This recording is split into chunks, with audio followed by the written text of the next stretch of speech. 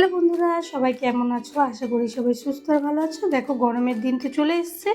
আজকে তোমাদের সাথে সুস্বাদু শুক্তো কীভাবে রান্না করতে হয় সেইটাই তোমাদের সাথে শেয়ার করব। খুব সাধারণ উপকরণ দিয়ে, ঘরে থাকা উপকরণ দিয়েই তোমরা এই সুস্বাদু শুক্তো রেসিপিটা বানিয়ে ফেলতে পারো অনুষ্ঠান বাড়ির মতো। চলো, কীভাবে এই শুক্তো রেসিপিটা আমি তৈরি করেছি স্কিপ করো না, পুরো ভিডিওটা দেখতে থাকো। প্রথমেই দেখো, আমি এখানে সবজি নিয়ে নিয়েছি, নানা ধরনের সবজি। এখানে পেঁপে নিয়েছি, লম্বা করে কেটে নিয়েছি লম্বা করে কেটে রাখা বেগুন। দেখতেই পাচ্ছ, প্রত্যেকটা সবজি লম্বা করে কেটে নিয়েছি। এখানে সবথেকে মেন উপকরণ হচ্ছে শুক্তোয় উচ্ছেগুলোকে দেখছো আমি লম্বা করে সরু সরু করে কেটে নিয়েছি মিষ্টি আলু, যেটা রাঙালু বলে, লম্বা করে কেটে নিয়েছি। আর মেন উপকরণ হলো কাঁচকলা, ডাঁটা, সজনা ডাঁটা। এখন তো সিজন সজনা ডাঁটার, তোমরা তো জানোই। সজনা ডাঁটা ছাড়িয়ে লম্বা করে কেটে নিয়েছি। আর নিয়েছি তোমাদের লম্বা করে কেটে রাখা আলু আর ঝিঙে।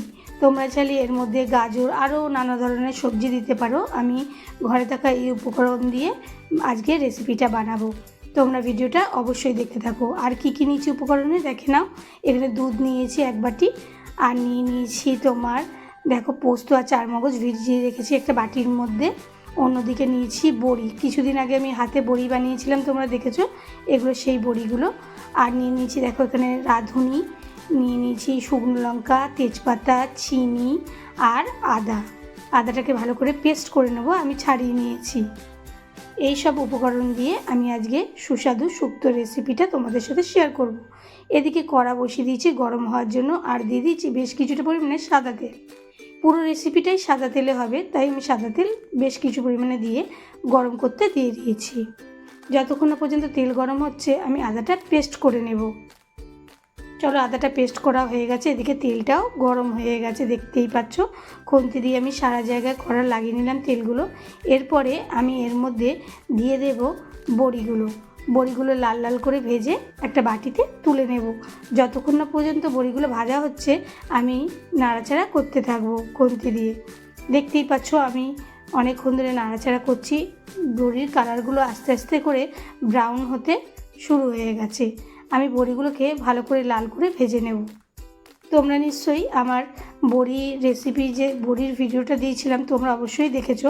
আর যারা যারা এখনও দেখোনি, অবশ্যই ভিডিওটা দেখো, তোমাদের ভালো লাগবে। এরপর দেখো, বড়ির কালারগুলো চেঞ্জ হয়ে গিয়ে ভাজা হওয়া শুরু হয়ে গেছে। আমি বড়িগুলো ভাজা হয়ে গেছে, একটা বাটির মধ্যে তুলে নেব। প্রত্যেকটা বড়িগুলো তেল ঝরিয়ে আমি তুলে নিচ্ছি।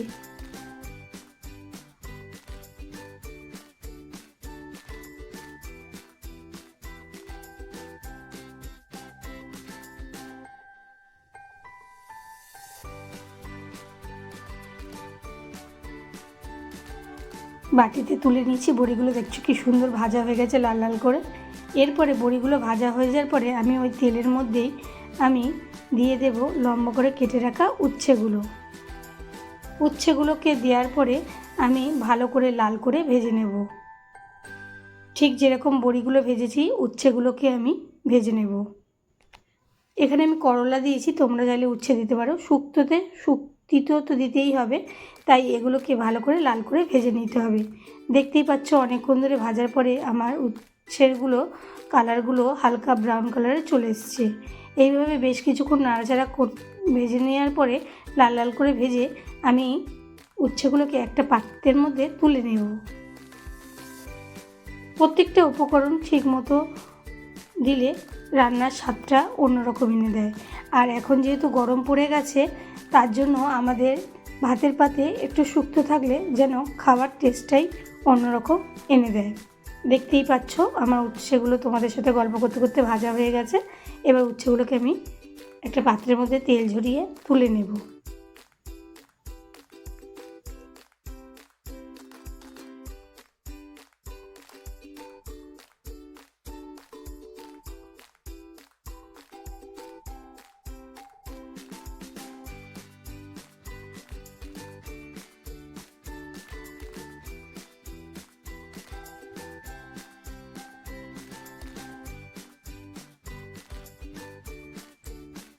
উচ্ছেগুলো সুন্দর ভাজা হয়ে গেছে, দেখতেই পাচ্ছ। পাত্রে তুলে নিয়েছি।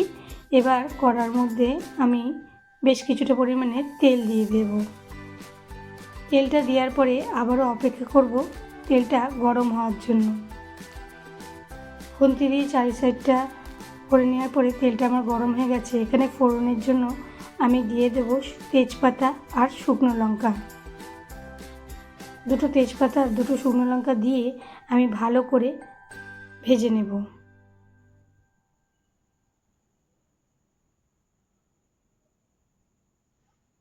তেজপাতা শুকনো লঙ্কাটা ভালো করে লাল লাল করে ভাজা হয়ে গেলে এর মধ্যে আমি ফোড়নের জন্য দিয়ে দেব রাঁধুনি।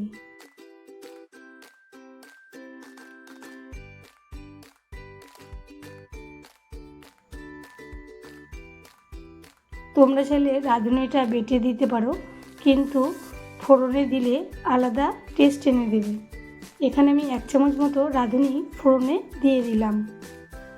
রাঁধুনিটা দেওয়ার পরে খুন্তি দিয়ে আমি হালকা নেড়েচেড়ে নেব, খুব বেশি ভাজবো না কড়া করে।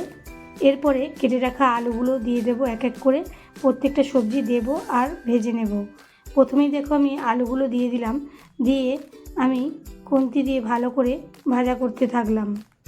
কিছুক্ষণ কালার চলে এলে এর মধ্যে আমি লম্বা করে কেটে রাখা পেঁপের টুকরোগুলো দিয়ে দেব, দিয়ে আবারও বেশ কিছুক্ষণ নাড়াচাড়া করতে থাকবো।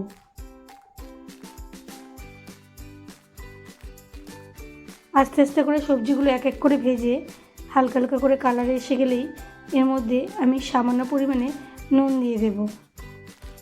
এরপরে কেটে রাখা মিষ্টি আলুগুলো লম্বা করে কেটে রেখেছিলাম সেগুলো দিয়ে আবারও নাড়াচাড়া করব আর হালকা করে ভাজতে থাকব।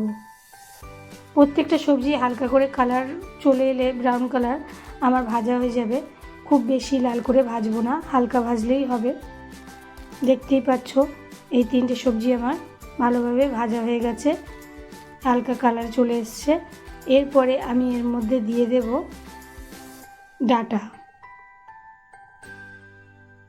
ডাঁটাগুলো দিয়ে দিলাম, দিয়ে আবারও বেশ কিছুক্ষণ নাড়াচাড়া করতে থাকব। হালকা ভাজা হয়ে গেলেই আমি পরে আর একটা একটা করে সবজিগুলো অ্যাড করে দেব। দিয়ে দেব কাঁচকলা দেওয়া হয়ে গেলে আবারও আমি খুন্তি দিয়ে ভালো করে প্রত্যেকটা সবজির সাথে কাঁচকলাটা মিক্স করে নেব, নিয়ে হালকা ভাজতে থাকব।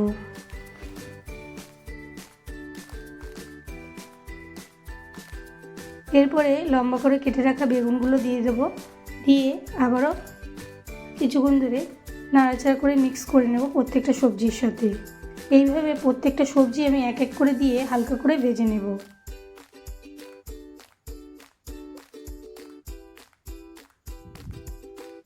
দেখতেই পাচ্ছ আমি ভালো করে মিক্স করে নিয়েছি। এরপরে আমি কেটে রাখা ঝিঙেগুলো দিয়ে দেব।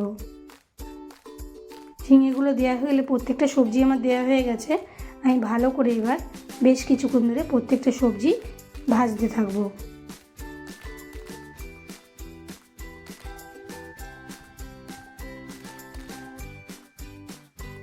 দেখতেই পাচ্ছ সুন্দরভাবে প্রত্যেকটা সবজি কি সুন্দর আমার ভাজা হয়ে গেছে, কালারটাও একটু অন্যরকম চলে এসেছে। এরপরে আমি ওপর থেকে আদা বাটা দিয়ে দেব।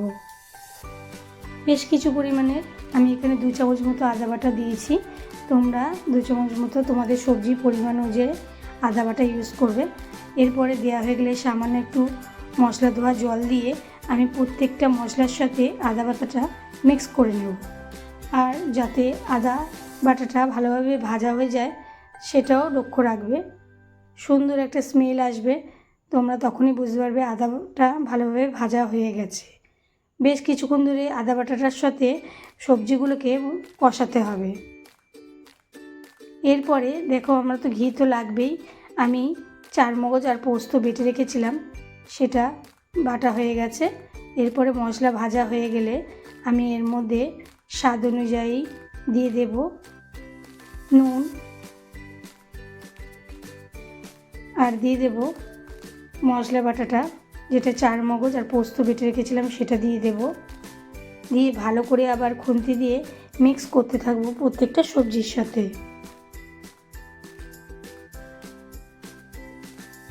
হালকা হাতে খুব ভালোভাবে মিক্স করে নেব। মিক্স করা হয়ে গেলে আমি এর মধ্যে দিয়ে দেব সামান্য পরিমাণে উষ্ণ গরম জল।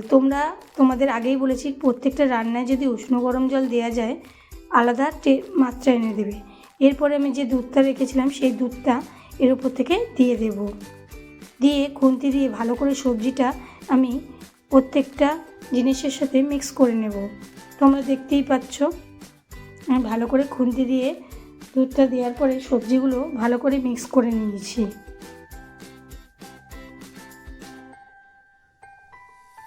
এরপরে আমি বড়িগুলো 1 ফুট ফুটে গেলেই বড়িগুলো উপর দিয়ে ছড়িয়ে দেব। বড়িগুলো দিয়ে খুন্তি দিয়ে আবার ভালো করে মিক্স করে নেব, যাতে ভালো করে বড়ির ভেতরে রসগুলো ঢুকে যায়।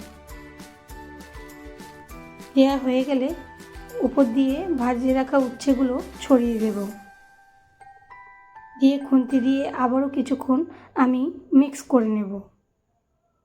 ভালো করে মিক্স করা হয়ে গেলে আমি ওপর থেকে স্বাদ অনুযায়ী মিষ্টি দিয়ে দেব।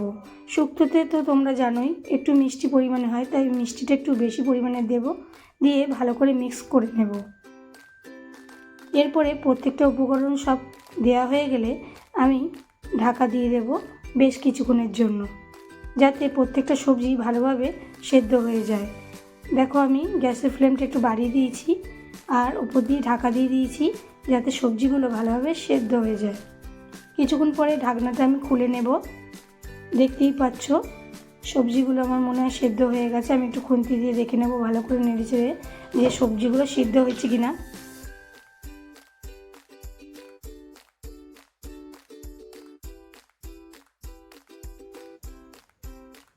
দেখতেই পাচ্ছ আমি একদম খুব বেশি ঝোল রাখবো না, আমি এখানে শুকনোই রাখবো। দেখতেই পাচ্ছ একদম ঝোলটা শুকিয়ে এসছে। একটু গামাখা হয়ে গেলেই আমি উপর থেকে 1 চামচ মতো ঘি ছড়িয়ে দেব। ঘি দিলে এর স্বাদটা একদম অন্যরকম এনে দেবে, তাই আমি 1 চামচ মতো ঘি এর উপর দিয়ে ছড়িয়ে দিলেই আর খুন্তি দিয়ে সামান্য একটু নাড়াচাড়া করে রেডি হয়ে যাবে আমার সুস্বাদু শুক্তো রেসিপি। বন্ধুরা, আমার আজকের রেসিপিটা তাহলে কেমন লাগলো অবশ্যই বলো। এরপরে গরম ভাতের সাথে গরম গরম শুক্তো আমি সার্ভ করে দেবো। তাহলে আমার ভিডিওটা যদি ভালো লেগে থাকে অবশ্যই তোমরা একটা লাইক, কমেন্ট আর সাবস্ক্রাইব করে আমার পাশে থেকো নতুন নতুন ভিডিও দেখার জন্য। তোমাদের ভালোবাসা যদি কোনো ভুল ত্রুটি হয়ে থাকে অবশ্যই তোমরা একটা কমেন্ট বক্সে জানিয়ে দেবে, তাহলে আমি আরও নতুন নতুন করে ভিডিও দেব আর ভুলগুলো বুঝতে পারবো। তোমরা সবাই সুস্থ থেকো, ভালো থেকো।